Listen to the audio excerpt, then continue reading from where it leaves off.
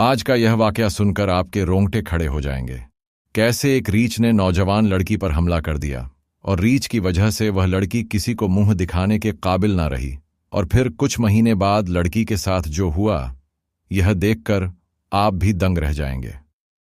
हर जवान बेटी घर में रखने वाला शख्स इस कहानी को पूरा जरूर सुने, क्योंकि जिस तरह एक रीछ ने नौजवान लड़की को नोच डाला, कोई यकीन ही नहीं कर सकता था। सारी रात कमरे से बचाव की आवाजें आती रहीं, मगर कोई भी उस लड़की की मदद को ना गया। यह पूरा वाकया आपको तफसील से बताते हैं। आज मस्जिद में सुबह सुबह यह ऐलान गूंजा कि रियाज कसाई का इंतकाल हो चुका है, जिसका नमाज जनाजा शाम 5 बजे अदा किया जाएगा। लोग जो सुबह सुबह अपने घरों से काम और कारोबार के लिए निकल रहे थे, यह ऐलान सुनकर उनके कदम रुक गए। पहले तो उन्हें यह महसूस हुआ कि शायद यह ऐलान गलत हुआ है, या फिर उन्होंने नाम गलत सुना है। रियाज कसाई को भला कैसे कुछ हो सकता है? अभी कल शाम ही तो रियाज कसाई अपनी दुकान पर बैठा गोश्त बेच रहा था। बड़ा ही आला अखलाक और नेक शख्स था। 5 वक्त का नमाजी था, हाफिज कुरान भी था। आज तक किसी को भी उसके साथ उलझते हुए नहीं देखा गया था। भले ही अपना नुकसान करवा लेता, लेकिन दूसरों का नुकसान नहीं होने देता था। अगर कोई गरीब या यतीम बच्चे उसकी दुकान पर आ जाता, तो वह मुफ्त में उन्हें गोश्त दे दिया करता था। कितने ही लोग उसकी अच्छाई का फायदा भी उठा लिया करते थे, मगर उसने कभी किसी से उसका बदला ना लिया। पूरा मोहल्ला उस दिन सोखबार था, मगर साथ ही साथ यह ख्याल भी उनके दिलों में आ रहा था कि ऐसे अचानक रियाज कसाई को हो क्या गया है। सबको शाजिया पर तरस आ रहा था, क्योंकि शाजिया की माँ तो तभी इंतकाल कर गई थी जब वह बहुत छोटी थी, और उसके बाद रियाज कसाई ने ही उसे माँ और बाप दोनों का प्यार देते हुए पाला था। लोग सब शाजिया के पास पहुंचे, जहां वह चीख चीख कर अपने बाप की मैत सीने से लगाए रो रही थी, मगर उसके गम का मुआवजा कहाँ हो सकता था। लोगों के जहन में यही सवाल गर्दिश कर रहा था कि आखिर रियाज को अचानक से हुआ क्या है। जो हकीकत सामने आई वह नाकाबिल यकीन थी। शाजिया कहने लगी कि आज रात खाना खाने के बाद जब अब्बा बिस्तर पर लेटे तो बार बार अपना सीना मल रहे थे। कह रहे कि सीने में शदीद दर्द हो रहा है, घुटन हो रही है।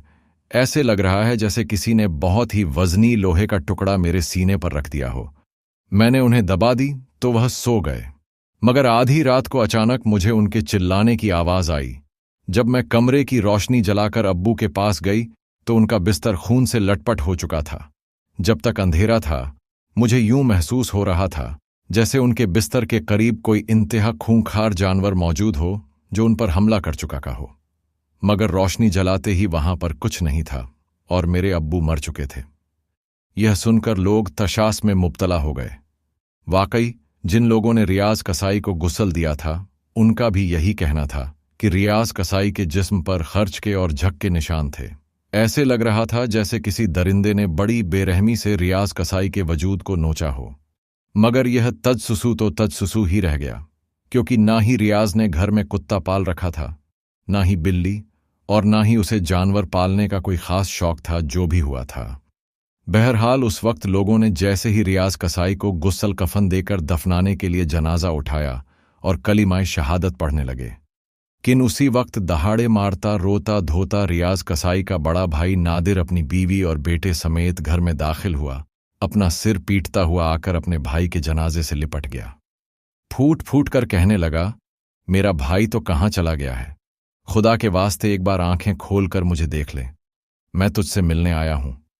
खुदा गवाह है, पिछले 10 दिनों से मुझे मुसलसल इस तरह के ख्वाब आ रहे थे कि तुम मुझसे माफी मांग रहे हो, मेरे कदमों में गिरकर घुटनों के बल बैठकर रोते हुए कह रहे हो, मेरे भाई मुझे माफ कर दे, मुझसे गलती हो गई।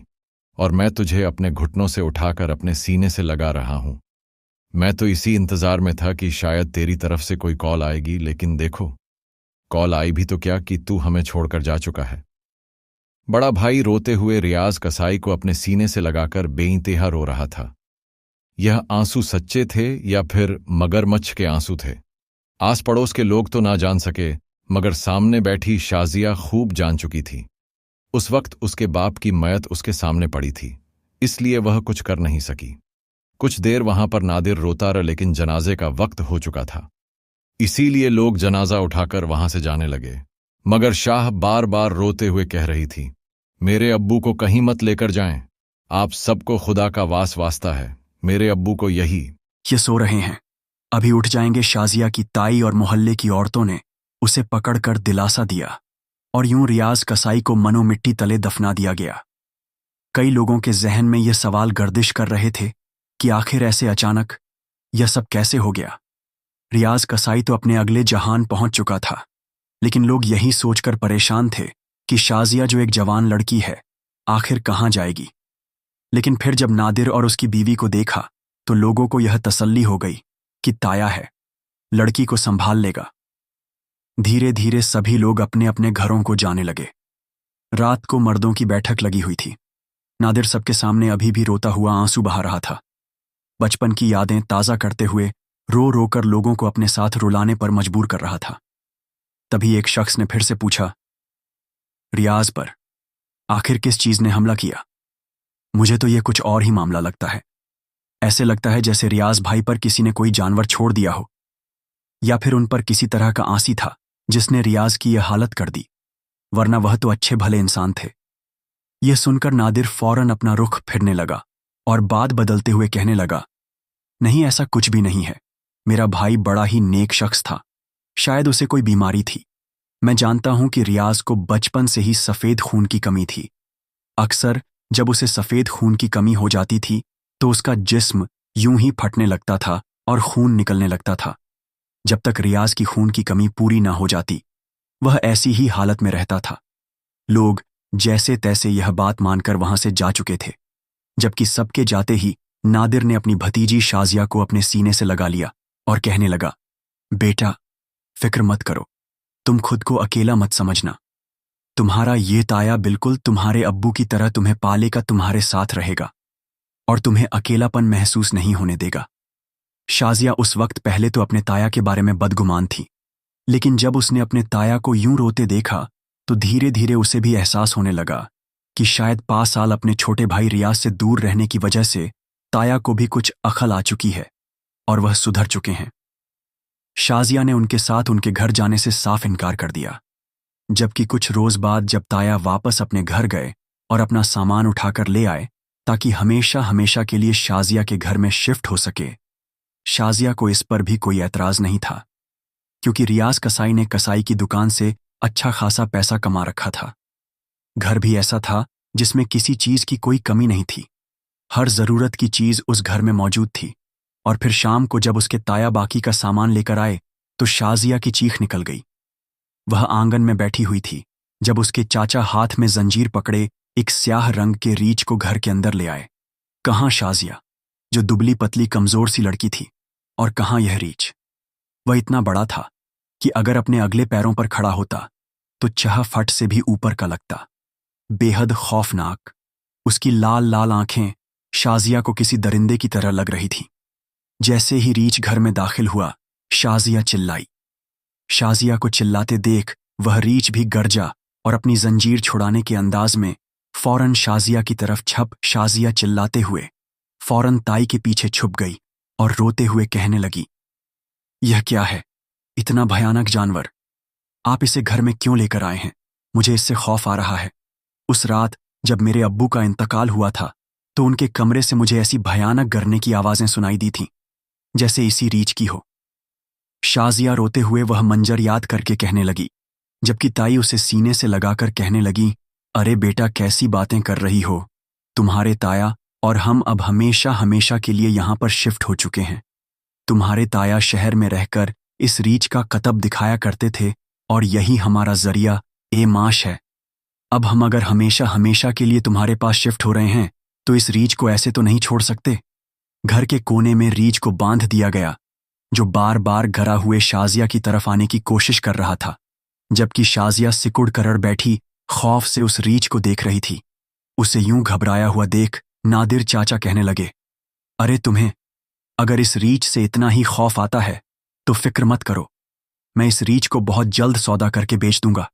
यह पालतू है, घर का पाला हुआ है, ये इंसानों को नुकसान नहीं पहुंचाता। मगर समझ तो मुझे इस बात की नहीं आ रही थी कि यह तुम्हें देखकर इतना भड़क क्यों रहा। यह कहते हुए शाजिया को यकीन दिलाया कि वह इस रीछ को बहुत जल्द बेच देगा। धीरे धीरे सभी लोग अपनी अपनी जिंदगी में मग्न होने लगे। पड़ोस के लोगों ने भी शाजिया के पास आना जाना कम कर दिया और रियाज कसाई की गोश्त की दुकान नादिर और उसके बेटे ने ही संभाल ली थी। नादिर का बेटा शाजिया से 5 साल बड़ा था। दोनों बाप बेटे कुछ ही अरसे में रियाज के बनाए हुए कारोबार, दुकान और घर पर पूरी तरह से काबिज हो चुके थे। शाजिया तो अपने अब्बू के जाने के गम में बिल्कुल ही घुलकर रह गई थी। उसे यह सोचने का मौका ही नहीं मिला कि उसका ताया दरअसल एक बार फिर अपना मकसद पूरा करने के लिए यहां आ चुका है। एक रोज शाजिया आंगन में झाड़ू लगा रही थी जब वह रीछ उसे घूर घूर कर देख रहा था। बार बार शाजिया को देखकर गरजने लगा। शाजिया ने एक नज़र उस रीछ को देखा। शायद उसे भूख लगी थी। यह सोचकर शाजिया ने किचन में रखी हुई रोटी लाकर उसके आगे रख दी। वह डरते डरते रीछ के पास गई थी। जैसे ही उसने रीछ के आगे रोटी रखी तो अचानक न जाने कैसे रीछ की जंजीर खुल गई। वह एकदम से शाजिया की तरफ लपका। शाजिया चीख कर ताया को आवाज देने लगी। उसके होश तो उस वक्त उड़ गए जब उसने रीछ को खुला हुआ देख अपनी तरफ आते हुए देखा। खौफ के मारे शाजिया की आंखों के आगे अंधेरा सा छा गया। वह जमीन पर गिर गई और हाथों के बल थोड़ी थोड़ी पीछे हटती हुई कांपती हुई जुबान से अपने ताया को आवाज दे रही थी। मगर तभी अचानक वह रीछ शाजिया पर झपट पड़ा। शाजिया की चीखें गूंजने लगी थीं। हैरत की बात तो यह थी कि गांव के लोग शाजिया की चीखने की आवाजें सुनकर घर में आ गए। जिसके हाथ में जो चीज आई उन्होंने जूते और लाठियों से उस रीछ पर बरसाना शुरू कर दिया ताकि शाजिया को उससे बचा सके। मगर कमरे में लेटी हुई ताई ने एक मर्तबा भी बाहर निकलकर देखने की कोशिश न की। वह तो कमरे में खड़ी उस लम्हे के इंतजार में थी कि कब यह रीछ शाजिया पर हमला करे और उसका काम तमाम कर दे। मगर जब गांव के लोग इकट्ठा होने लगे तो वह फौरन अपना सिर बांधकर बाहर निकल आई। बीमारी का नाटक करते हुए जख्मी हालत में मौजूद शाजिया को अपने सीने से लगा लिया और रोते हुए कहने लगी, अरे पागल लड़की, तुझे किसने कहा था इस रीछ के पास जाने को? जब तुझे पता है कि यह तुझे देखकर गुस्सा खाता है, फिर क्यों उसके पास गई थी? मेरी बच्ची, अपनी हालत देख, रीछ ने तेरा क्या हाल कर दिया है। मोहल्ले के लोग भी उस रीछ से खौफ अज़दा हो चुके थे। उस शाम जब नादिर वापस आया तो यही कहने लगा कि यह तो इंसानों पर हमला कर देता है। बेहतर होगा कि इस रीछ को बेच दूं या फिर जंगल में छोड़ दूं, क्योंकि यहां इस मोहल्ले में रहना खतरे से खाली नहीं है। अगर खुदा नख्ता ये घर से छूटकर बाहर निकल आया और हमारे बच्चों पर हमला कर दिया तो फिर क्या होगा। शाजिया जख्मी भी हुई थी और खौफ से बुखार में मुब्तला हो चुकी थी। धीरे धीरे ताई का रवैया भी शाजिया से बदलने लगा था। पहले जो सारे घर के काम खुद किया करती थीं और शाजिया से की बातें करके उसका मन बहलाया करती थीं, धीरे धीरे बीमारी का बहाना बनाकर खुद तो हर वक्त बिस्तर तोड़ती रहती और शाजिया को पूरे घर के कामों पर लगाए रखती। यहां तक कि शाजिया से स्कूल भी छुड़वा दिया। तुम्हारे अब्बू के चाव पर पूरे मोहल्ले को खाना खिलाया है, अच्छा खासा खर्चा हो चुका है, एक दफा पैसे आ जाइए फिर पढ़ती रहना। शाजिया अपने ही घर में नौकर बनकर रह गई थी। एक रोज वह किचन में खड़ी खाना बना रही थी और दिल ही दिल में यह भी सच सोच रही थी कि वह अपने ताया और ताई से कह दे कि वह लोग अपने घर चले जाएं, यहां मोहल्ले के लोगों के साथ रह लेगी। और वैसे भी मोहल्ले की औरतें बहुत अच्छी थीं, वह किसी को भी अपने साथ घर में सुला लेती, कोई भी उसे इनकार करने वाला नहीं था। यह घर उसका था और वह इसी घर में नौकरानी बन गई थी। जो भी था, अभी वह यह सब बातें सोच ही रही थी कि अचानक उसके कंधे पर एक हाथ आया। घबराकर जब उसने पीछे पलटकर देखा तो अहमद खड़ा था। अपने चाचा के बेटे को अपने इतने करीब खड़ा देखकर वह हड़बड़ा और कहने लगी, क्या बात है, क्या आपको मुझसे कोई काम था? हड़बड़ा हुए अहमद ने आसपास देखा और फिर किचन का दरवाजा बंद करके वह शाजिया के पास चला आया। दोनों हाथ शाजिया के कंधे पर रखकर कहने लगा, शाजिया, तुम नहीं जानती हो मैं तुमसे कितनी मोहब्बत करता हूं। मैं तुमसे शादी करना चाहता हूं। क्या तुम मेरी बीवी बनोगी? यकीन मानो, मैं तुम्हें बहुत खुश रखूंगा। मैं देख रहा हूं मेरी अम्मी और अब्बू का रवैया तुम्हारे साथ कितना बदल चुका है। वह तुम्हारे ही घर में तुमसे जानवरों जैसा काम करवाते रहते हैं, मगर तुम फिक्र मत करो, बस कुछ ही अरसे बाद मैं तुमसे शादी करके तुम्हें अपनी बीवी बना लूंगा और फिर तुम्हारे ऊपर अपनी माँ को हुक्म चलाने नहीं दूंगा। यह सुनकर शाजिया के वजूद में एक झुरझुरी सी आई थी। वह फौरन अहमद से पीछ और कहने लगी, ये कैसी बातें कर रहे हैं आप अहमद भाई? मैंने हमेशा आपको अपना बड़ा भाई माना है। आपको भी नहीं देता कि आप मुझसे इस तरह की बातें करें। उस शाम जब सब दस्तरखान पर बैठे खाना खा रहे थे तो सबके सामने शाजिया कहने लगी, ताया, आप अपने इस रीछ को लेकर वापस शहर क्यों नहीं चले जाते? वहां जाकर आप अपनी जिंदगी दोबारा से गुजार। ये मैं इस घर में अकेली रह लूंगी। पड़ोस की औरतें बिल्कुल मेरी फैमिली जैसी हैं, मेरा बहुत ख्याल रखेंगी। मेरे अब्बू ने सारी जिंदगी इतनी इज्जत तो जरूर कमाई है कि यह लोग मुझ पर आज तक नहीं आने देंगे, लेकिन मुझे नहीं लगता कि आपको यहां और रहना चाहिए। इसके बाद बड़ी हिम्मत से शाजिया ने उन्हें यह भी बता दिया कि आज सुबह किचन में आकर अहमद ने मुझसे यह बातें की हैं। ताया तो गुस्से से आग बबूला हो गया, वहीं सारा खाना उलट दिया और गुस्से में अहमद को मारने लगा। अहमद को मार खाता देख शाजिया भी घबरा गई। ताया को मना करने लगी कि अहमद को मत मारिए, जबकि ताई दोनों हाथ जोड़कर रोते हुए कहने लगी, कैसी लड़की है तू? अरे बाप बेटे को दिया, तुझे शर्म नहीं आई? अरे मैं तो सोच रही थी कि तुझे जो बेसहारा है अपनी बहू बनाकर अपने साथ शहर ले जाऊंगी, मगर तूने मेरे ही बेटे को अपने ने बाप से मार खिला दी। नादिर चाचा भी यही चाहता था कि किसी भी तरह शाजिया को अपनी बहू बनाकर ये जमीन, घर और गोश्त की दुकान अपने नाम करवा ले। आज से कई साल पहले भी तो छोटे भाई की तरक्की से वह यूं ही जलता हुआ उसके पास आया था, मगर रियाज कसाई ने मौके पर ही अपने बड़े भाई की आदत को भांप कर उससे हर रिश्ता नाता तोड़ दिया था। नादिर चाचा ने शाजिया के सिर पर हाथ रखकर कहा, बेटा, तू फिक्र मत कर। जब तक तेरा ताया जिंदा है तेरे साथ कुछ भी बुरा नहीं होगा। तेरी शादी तब तक नहीं होगी जब तक तू 18 साल की नहीं होगी, और अगर तुझे मेरा बेटा पसंद ना आया तो मैं तेरी शादी वहां करवा दूंगा जहां तू कहेगी। वह किसी भी तरह अपनी भतीजी को अपने झांसे में लेना चाहता था और इसमें कामयाब भी हो गया, जबकि वहीं गस्से से लाल पीला होता। अहमद बदले की आग में जलने लगा था। चंद रोज यूं ही गुजर गए। उस रात तेज तूफानी बारिश हो रही थी। शाजिया को हल्का हल्का बुखार भी था, क्योंकि पतझड़ की इस झड़ी में भले ही मौसम खराब था, लेकिन फिर भी वह घर के कामकाज करती रही, बारिश में भीगती रही। बुखार से उसका बदन चूर हो रहा था। रात को खाना भी उसने ठीक से नहीं खाया और अपने कमरे में जाकर सो गई। शाजिया तो कभी सोच भी नहीं सकती थी कि यह रात उसके लिए किस कदर खतरनाक होने वाली है। रात का पिछला पहर था। अहमद बदले की आग में जलता हुआ अपने बिस्तर से उठा और घर के उस कोने की तरफ जाने लगा जहां पर रीछ को बांध कर रखा गया था। वह रीछ भी अभी सो रहा था, मगर अहमद ने अपने हाथ में मौजूद दुपट्टे को रीछ के पास रख दिया। वह दुपट्टा शाजिया का था, जिसमें से शाजिया के बदन की खुशबू आ रही थी। रीछ को दुपट्टा सूंघ के बाद उसने उसकी जंजीर खोल दी। रीछ की लाल आंखें अचानक बड़ी ही खौफनाक लगने लगी थीं। शाजिया अपने कमरे में बेखबर सो रही थी। जब धीरे से उसके कमरे का दरवाजा खुला, गहरी गहरी सांस लेने की और गरजने की आवाजें आ रही थीं। शाजिया ये महसूस कर चुकी थी कि उसके करीब कोई आ रहा है। ठीक उसी वक्त बिजली भी चली गई। कमरा अंधेरे में डूब चुका था। जब अपने बेहद करीब शाजिया को बदबू महसूस हुई। बदबू इतनी तेज थी कि उसका सांस लेना मुश्किल होने लगा। जैसे ही शाजिया ने आंखें खोलीं, अचानक एक बालों वाला हाथ उसके मुंह पर आ गया। शाजिया यह महसूस कर चुकी थी कि कोई उसके पास आ चुका है। आधी रात को शाजिया चीखने चिल्लाने लगी, खुद को छुड़ाने की कोशिश करने लगी, मगर सब कुछ बेकार था। शाजिया की चीखें कहीं दब कर रह गईं। उसके वजूद पर जगह जगह काटे जाने और खम के निशान थे। वह यूं थी जैसे उसमें जान ही बाकी ना रही हो। बिल्कुल बेशुद्ध वह बिस्तर पर पड़ी हुई थी और उसी वक्त रीछ के गरजने की आवाज गूंजी।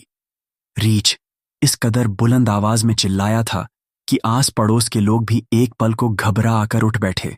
उन्हें लगा जैसे रीछ बिल्कुल उनके करीब खड़ा गरज रहा है। रीछ की आवाज सुनकर नादिर चाचा और उसकी बीवी भी उठ चुके थे। साथ वाले कमरे से आती आवाज पर दोनों मियां बीवी चौंक कर भागकर उस कमरे की तरफ आए। सारे प्लान के बारे में ताई तो पहले से ही जानती थी। जब कमरे की रोशनी जलाकर देखा गया तो सामने का मंजर उनके पैरों के नीचे से जमीन निकाल चुका था। बिस्तर पर बड़ी बुरी हालत में शाजिया पड़ी थी और वह रीछ उसके पास ही बिस्तर पर बैठा था। अभी भी अपनी जुबान बाहर निकालकर वह शाजिया के वजूद को चाट रहा था। खौफ के मारे नादिर फौरन आगे बढ़ा और अपने पैर से जूता उतारकर उस रीछ को मारने लगा। फौरन उसे पकड़कर जाकर जंजीर के साथ बांध दिया। अपने कमरे से जानबूझकर जमाई लेते हुए अहमद कहने लगा, अब क्या तमाशा हो गया है? इस घर में आधी रात को क्यों शोर मचा रखा है? नादिर चाचा घबराते हुए कहने लगा, रीछ ने शाजिया पर हमला कर दिया है, पता नहीं जिंदा भी है या मर गई है। ताई फौरन कहने लगी, अरे अच्छा है, अगर मर गई हो तो सांप भी मर जाए और लाठी भी ना टूटे, इससे बढ़कर हमें और क्या चाहिए। आगे बढ़कर ताया शाजिया की नाक के पास हाथ रखने लगा। कभी उसकी शहरग पर हाथ रखकर देखता, सांसें अभी तक चल रही थीं, मगर जो हालत शाजिया की हो चुकी थी, साफ जाहिर था कि उस रीछ ने शाजिया के साथ बहुत बुरा किया था। शाजिया बिल्कुल बेहोश थी। उसे फौरन अस्पताल ले जाया गया। डॉक्टरों ने भी जब उसकी हालत देखी तो उनका यही कहना था कि शाजिया के साथ कुछ गलत हुआ है, हमें और टेस्ट करने पड़ेंगे। जब नादिर ने यह बताया कि लड़की पर रीछ ने हमला किया है तो डॉक्टर भी हैरान हो चुके थे। इससे पहले कि और इलाज जारी रखा जाता, किसी न किसी तरह वे शाजिया को बेहोशी की हालत में अस्पताल से उठाकर वापस ले आए। जब कुछ देर बाद शाजिया को होश आया तो खौफ के मारे चीखने चिल्लाने लगी। रोते हुए अपनी ताई को बताने लगी कि रात को रीछ उसके कमरे में आ गया था और उसने मुझे काट काट कर बेहाल कर दिया। शाजिया की रंगत बिल्कुल सर्द पड़ चुकी थी। आंखों में खौफ था। बार बार एक ही बात दोहरा रही थी। ऐसा लग रहा था जैसे वह अपना मानसिक संतुलन खो चुकी हो। ताई ने शाजिया को झड़प कर चुप करा दिया। कहने लगी, चुप हो जाओ खबरदार। जो तुमने किसी से भी इस बारे में जिक्र करने की कोशिश की, ये सिर्फ और सिर्फ तुम्हारा सपना था, एक डरावना सपना जो तुमने देखा है। शाजिया रोते हुए अपने वजूद पर मौजूद जख्मों को दिखाकर कहने लगी, यह सब कुछ सपना कैसे हो सकता है? मेरे वजूद पर यह जख्म मौजूद है, ये जख्म झूठे कैसे हो सकते हैं? फौरन घर के एक कोने में मौजूद कमरे में रीछ को बंद कर दिया गया। अक्सर उस कमरे में से रीछ के गर्जने की आवाजें आया करती थीं, मगर उस रीछ को बेचने की कोशिश नहीं की गई। शाजिया कुछ अरसा तो मानसिक दबाव का शिकार रही, मगर ताई ने अपना रंग दिखाते हुए उस पर जुल्मों के पहाड़ तोड़ने शुरू कर दिए। उसे मारती पीटती और सारे घर के काम करवाती। ताया ने भी अपना असली रूप दिखाना शुरू कर दिया। उनका कहना था, बस तुम्हारे 18 साल के होने की देर है, तुम्हारा अंगूठा कागजात पर लगवा कर तुम्हें इस घर से चलता करेंगे। शाजिया रोते हुए, पहले तो यह सब जुल्म सहती रही, मगर एक रोज जो राज उस पर उजागर हुआ वह उसके लिए हैरान करने वाला था। उसने अपने ताया और ताई को यह बात करते सुना कि किस तरह उन्होंने रीछ को रियाज की कमीज सूंघा कर उसे मौत के घाट उतार दिया था। रियाज कितने जालिमा तरीके से मारा गया था। उनका असली मकसद रियाज की जायदाद पर कब्जा करना था। शाजिया का तो बस नहीं चल रहा था कि वह जाकर अपने ताया और ताई की जान ले ले, मगर उस वक्त वह अकेले कुछ कर नहीं सकती थी। उस घर में तो सारे उसके दुश्मन थे। उसने बहुत बार चाहा कि अपनी जान ले ले, मगर खुदकुशी हराम थी। यह सोचकर वह कुछ नहीं कर पाती। उसकी तबीयत और ज्यादा खराब होती जा रही थी। बार बार उसे वह रात याद आती जब रीछ ने उस पर हमला किया था। अब तक शाजिया यह समझती आ रही थी कि उसे उस रात नोचने वाला रीछ था, मगर अहमद और ताई उसके कमरे में आ चुके थे। ताई ने शाजिया को बालों से पकड़कर कहा, इन तमाम कागजात पर अपना अंगूठा लगाओ। शाजिया ने दुकान और जायदाद के कागजात देखकर इनकार कर दिया। जो भी हो जाए, मैं अंगूठा नहीं लगाऊंगी। अहमद ने आगे बढ़कर शाजिया को थप्पड़ मारकर कहा, उस रात की तरह फिर तुझे नोच डालूंगा। शाजिया को यह सुनकर अपने कानों पर यकीन नहीं हो रहा था। फिर ताई बोली, आज से तेरा घर से निकलना नामुमकिन है। जब भूख प्यास से इस कमरे में मरेगी तो फिर कैसे अंगूठा नहीं लगाती तू? ताई ने शाजिया को कमरे में बंद कर दिया। शाजिया की चीखने चिल्लाने की आवाजें उस कमरे तक भी पहुंची जहां जहां रीछ को बंद किया गया था। शायद थोड़ी बहुत इंसानियत उस रीछ में आ चुकी थी जहां ये इंसान हैवान बन चुके थे। रीछ ने धड़ल्ले से दरवाजे को खोला। लगभग दरवाजा टूट ही चुका था और वह भागकर उस कमरे तक आया जिसमें शाजिया पड़ी थी। सारे घर वाले शाजिया के कमरे की तरफ भागे। कमरे में आते ही उसने जब अपनी खखार नजरों से शाजिया और उसके साथ ताई को देखा तो शाजिया के डर में और इजाफा हो गया। वह मारे डर के और ज्यादा चीखने लगी, क्योंकि वह अभी भी यही समझती थी कि इस रात उसे नोचने वाला यही रीछ था। वह डर के मारे चीख रही थी। अचानक उस शोर की आवाज सुनकर आस पड़ोस के लोग भी दौड़कर बाहर के दरवाजे पर खटखटाने लगे। लेकिन जब दरवाजा नहीं खुला तो दीवार कूदकर और घरों की छतों से होते हुए वह उनके घर में दाखिल हो गए। सामने का मंजर बड़ा ही अजीब था। शाजिया बेहोश पड़ी थीं, जबकि री अहमद को चीर फाड़ चुका था। ताई और नादिर चाचा दोनों ही जख्मी हालत में एक तरफ बेहोश पड़े थे। शाजिया भी आधी बेहोशी की हालत में थी। लोगों ने रीछ को बहुत मारा, उसे आग से डराया। लोग रीछ को बुरी तरह से तकलीफें दे रहे थे। करीब था कि उसे मार ही डाला जाता, लेकिन इससे पहले वहां शाजिया आ गई।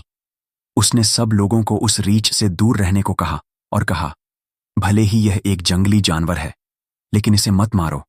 इसने मेरी जान बचाई है। मेरी ताई तो शायद मुझे मार ही डालती, लेकिन इसने मेरे गुनहगारों को न सिर्फ सजा दी, बल्कि मेरे साथ बुरा करने वालों को भी मार डाला। इसने साबित कर दिया है कि असल गुनहगार यह नहीं, बल्कि मेरे अपने ही थे। इसके बाद उस रीछ को वहां से उस विभाग को सौंप दिया गया जो उसका ख्याल रख सकते थे, जबकि अहमद तो पहले ही मेरे साथ ज्यादती की सजा पा चुका था।